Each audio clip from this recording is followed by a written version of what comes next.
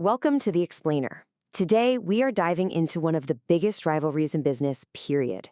Nike versus Adidas. But we're not just going to look at the score. Nope. We're using a whole new playbook. Who's really winning and, why. So, our entire analysis really kicks off with this one big question. I mean, think about it.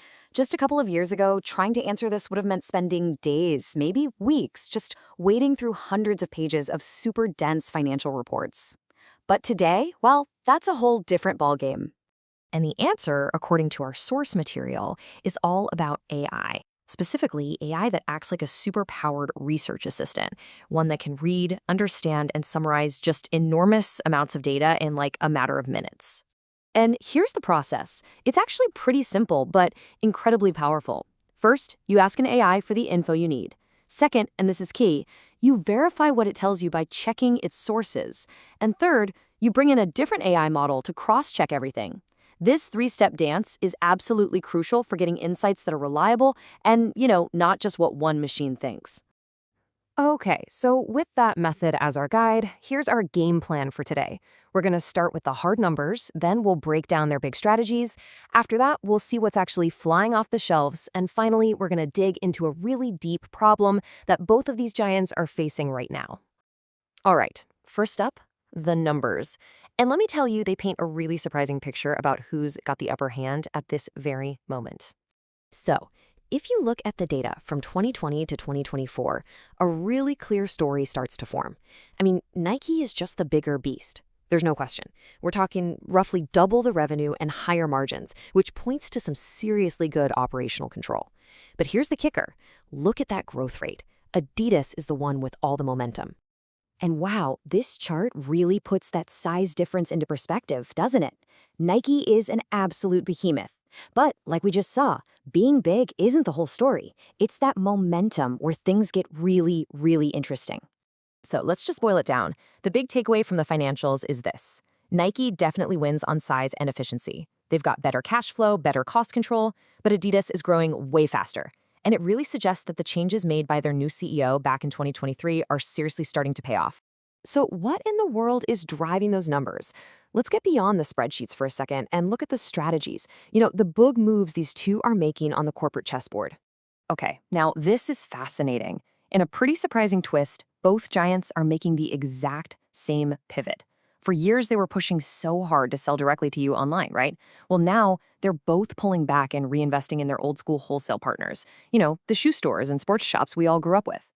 Now, for Adidas, this whole strategic shift was happening right in the middle of a massive crisis. Because when their huge multi-billion-dollar partnership with Kanye West just imploded, they were left sitting on a literal mountain of unsold Yeezy sneakers.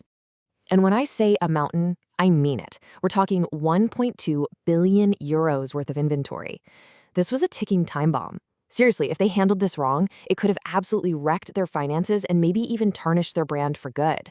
But what they did next was, honestly, a masterclass. They sold the shoes in these controlled drops so they didn't flood the market. They managed the pricing super carefully, and this is the genius part. They donated a huge chunk of the cash profits. They literally turned a potential catastrophe into a move that protected their money and their reputation. Just brilliant. And for Nike, this whole retreat from being a direct retailer isn't really a new idea. The source material brings up this quote from way back in the early 2000s, and it just shows that this is them getting back to their roots. It's a recognition that their real strength is building the brand, not running the stores. It's in their DNA. Okay, so we've talked money, we've talked strategy, but what about the actual stuff, the products? What are people actually buying from these guys? Man, Adidas is just firing on all cylinders right now. The retro classics, the Samba, the Gazelle, you see them everywhere. But at the exact same time, they're pushing the limits in performance with these crazy advanced running shoes and their smash hit AE1 basketball sneaker. Nike's bestseller list, on the other hand, it's like a hall of fame of legendary shoes. We're talking Air Force Ones, Jordans. Their strength really comes from this incredibly deep bench of iconic products that have basically defined sneaker culture for, decades. But hold on. Do you see the pattern here? So much of the success for both of them is coming from shoes that were designed, in some cases, decades ago. In a really big way, both of these brands are kind of living off their past glories. And this deep reliance on retro products, it brings up a huge critical question for both companies. It really points to this fundamental battle they're fighting internally between leaning on nostalgia and pushing for what's truly new. The source material gives this a name, the innovation deficit.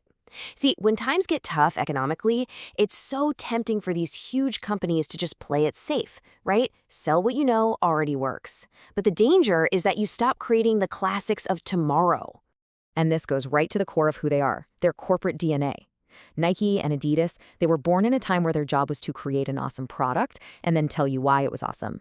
But these newer brands, like On and Hoka, they were born on the internet. Their DNA is all about listening to the customer first and then building the company around that conversation. And that right there is the key. It totally explains why their big push into selling directly to consumers was never the home run they thought it would be. They were trying to build a new digital-first culture onto this old foundation, while their newer rivals had that customer-first mindset from the very beginning. So, all of this brings us right back to where we started. Yeah, the fight between Nike and Adidas is absolutely fascinating. But the bigger story here is about the incredible new tools we all have to make sense of the world around us. So the only real question left is, what are you going to explain next?